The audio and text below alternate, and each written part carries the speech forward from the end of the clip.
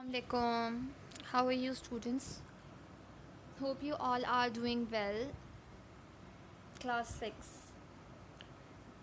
तो we are here today with your eyes and your ears. हम sense organ sensory organs पढ़ रहे थे और सेंस और सेंसरी ऑर्गन्स के अंदर आज हम पढ़ेंगे आइज़ एंड ईयर्स. ठीक है. तो अब अपनी ये एक आइज़ की आपके पास डायग्राम है. All of you look at this diagram. इस डायग्राम के अंदर से सब ने ये फोकस करना है कि इसके अंदर कौन कौन से पार्ट्स हैं. कॉर्निया एंड रेटिना और लेंस, ये हमारे 3 बेसिक पार्ट्स हैं जो आज के हमारे लेक्चर के ऊपर डिपेंडेंट हैं. ठीक है जी. तो बेसिकली आपकी आई क्या है? हमारी आई एक लिक्विड फिल्ड बॉल है which is 2.5 centimetre in diameter. ठीक है. हमारी आइज़ के बाहर एक सर्कुलर विंडो है जिसको हम कहते हैं कॉर्निया. ठीक है. कॉर्निया के साथ we have a lens which helps us to see the objects. ठीक है. जिस तरह से कैमरा फोकस करता है, we move the lens. All of us have seen DSLR जिसके अंदर हम लेंस चेंज करते हैं, लेंस मूव करते हैं.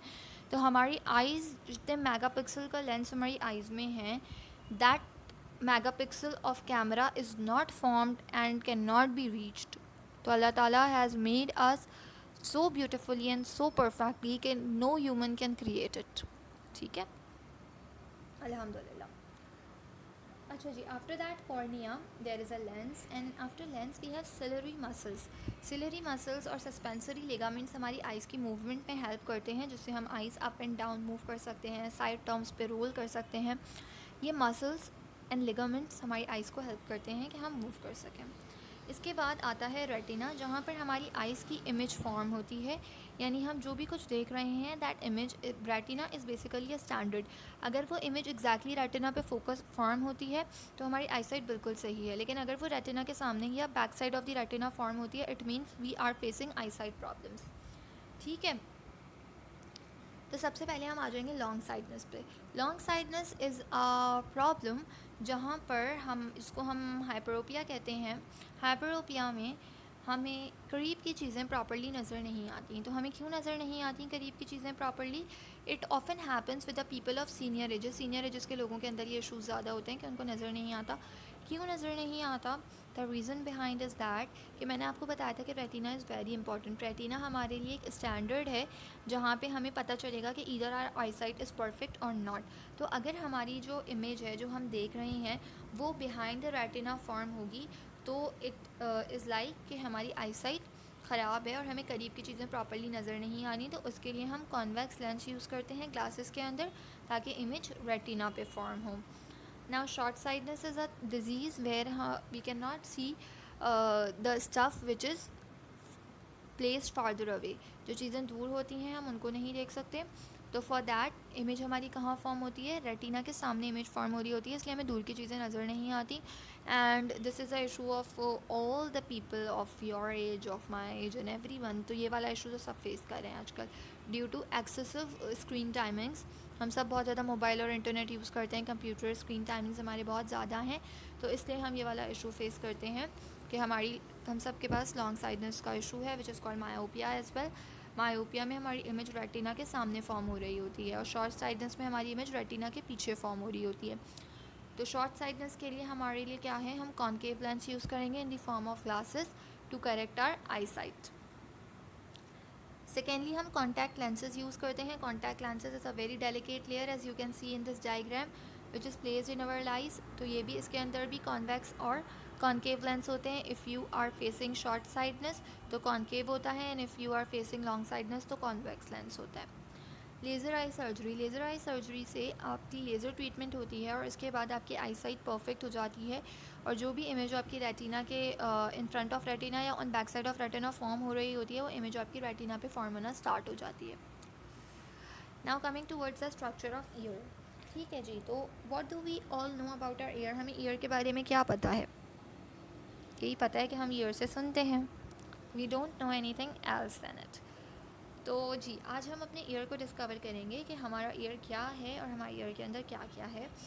तो जी बच्चों, सबसे पहले हमारा ईयर 3 पार्ट्स में डिवाइडेड होता है. पहला होता है आउटर ईयर, दूसरा होता है मिडल ईयर और third part is inner ear. Outer ear वो वाला पार्ट है जहाँ से हम सुनते हैं. ठीक है. and it is very sensitive to the position and movements of head. The part of the ear we see is called the outer ear. ठीक है, और इसके बाद फिर बोन्स और स्कल्स के अंदर हमारा ईयर है जिसको हम कहते हैं मिडल ईयर, जिसको हम डैमेज से प्रोटेक्ट करने के लिए इट इज़ प्रेजेंट इनसाइड. ठीक है. As the outer ear is funnel shape, ये फनल शेप का होता है. It can collect sound waves. जैसे हमने फनल देखा है साइंस लैब में, फनल कैसा होता है, वो वाटर कलेक्ट करता है और फिर वाटर उसके नीचे से पास होता है. इसी तरह एयर साउंड कलेक्ट करता है और फिर साउंड उसके पास से पास होता है. It focuses them on the ear drum inside the head. The ear drum, outer ear के बाद हमारे पास क्या है, हमारे पास मिडिल ईयर प्रेजेंट है. मिडिल ईयर के अंदर ईयर ड्रम होता है. ईयर ड्रम क्या करता है कि जो भी साउंड आ रहा होता है वो उसको स्ट्राइक करता है, making a group of 3 tiny bones called ossicles. Ear drum के पास 3 टाइनी बोन्स होती हैं जिनको हम कहते हैं ossicles, that are attach to vibrate them always. ठीक है. The 3 ossicles act as the levers and magnify the force of vibrations. ठीक है. जो ऑसिकल्स होते हैं इनर ईयर के अंदर, ईयर ड्रम के अंदर, वो वाइब्रेशन प्रोड्यूस करते हैं, वो स्ट्राइक करते हैं ताकि हमें साउंड अंदर तक सुनाई दे. The vibrations inside the cochlea, हम यहाँ पे हम कॉक्लिया देख रहे हैं. Cochlea is present in the inner part of the ear. तो जो वाइब्रेशंस ईयर ड्रम में होती हैं वो कॉक्लिया तक पहुँचती हैं और फिर as these vibrations move tiny hairs. ठीक है. in cochlea hairs are present. As these hairs are attached to the nerves, every time they are vibrated messages are sent to the brain. ये जो hairs हैं ये आपकी nerves से attached हैं. सबसे पहले आपका साउंड आया, एयर ड्रम में गया, एयर ड्रम से कॉक्लिया में गया, कॉक्लिया के पास हमारे पास टाइनी हेयर लाइक प्रोजेक्शंस हैं which are connected to the nerves. तो जैसे जैसे आपके पास वाइब्रेशंस आएंगी वैसे वैसे वो स्ट्राइक करेंगी और वो आपकी नर्व्स तक मैसेज सेंड करेंगी. The ear and brain working together can separate the sounds depending on how loud and how slow they are. ठीक है. हमारी एक हेयरिंग कैपेसिटी है. अगर उस हेयरिंग कैपेसिटी से कोई भी साउंड कम होगा तो हमें सुनाई नहीं देगा, और अगर उस हेयरिंग कैपेसिटी से कोई भी साउंड ज़्यादा होगा तो भी we can not hear it. We have a certain definite hearing capacity. उसके अंदर अंदर जो भी साउंड होता है वो हम सुनते हैं, लेकिन उसके अंदर भी कुछ हमारी लाइक्स और डिसलाइक्स होते हैं. कुछ साउंड्स ऐसे होते हैं which we feel very good to hear them. For example, if someone is singing in a very pretty voice, so it is very melodious and we would all love to hear that. लेकिन अगर कुछ ऐसा sound नहीं है तो we obviously we feel irritated कि यार when will it get stop, कब बंद होगा ये.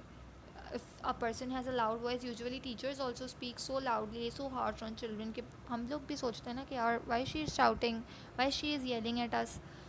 तो this happens due to the connection between our ear and brain. जब हम कानों से आवाज़ सुनते हैं और वो मैसेज हमारे ब्रेन तक जाता है तो हमारा ब्रेन हमें कहता है कि no this is not good sound but this is good sound. ठीक है. तो थिंक अबाउट योर साउंड्स के which sounds do you feel के जो आपको अच्छे लगते हैं and which sounds are the ones which you don't like. ठीक है. And respond me when we meet on our Google meeting. And I would like all of you to write down the questions जो भी आपने पूछने हो, जो भी आपको नहीं समझ में आया हो, ताकि I would answer you on the message box. जो भी आपके क्वेश्चंस हो write them there, I would answer them all.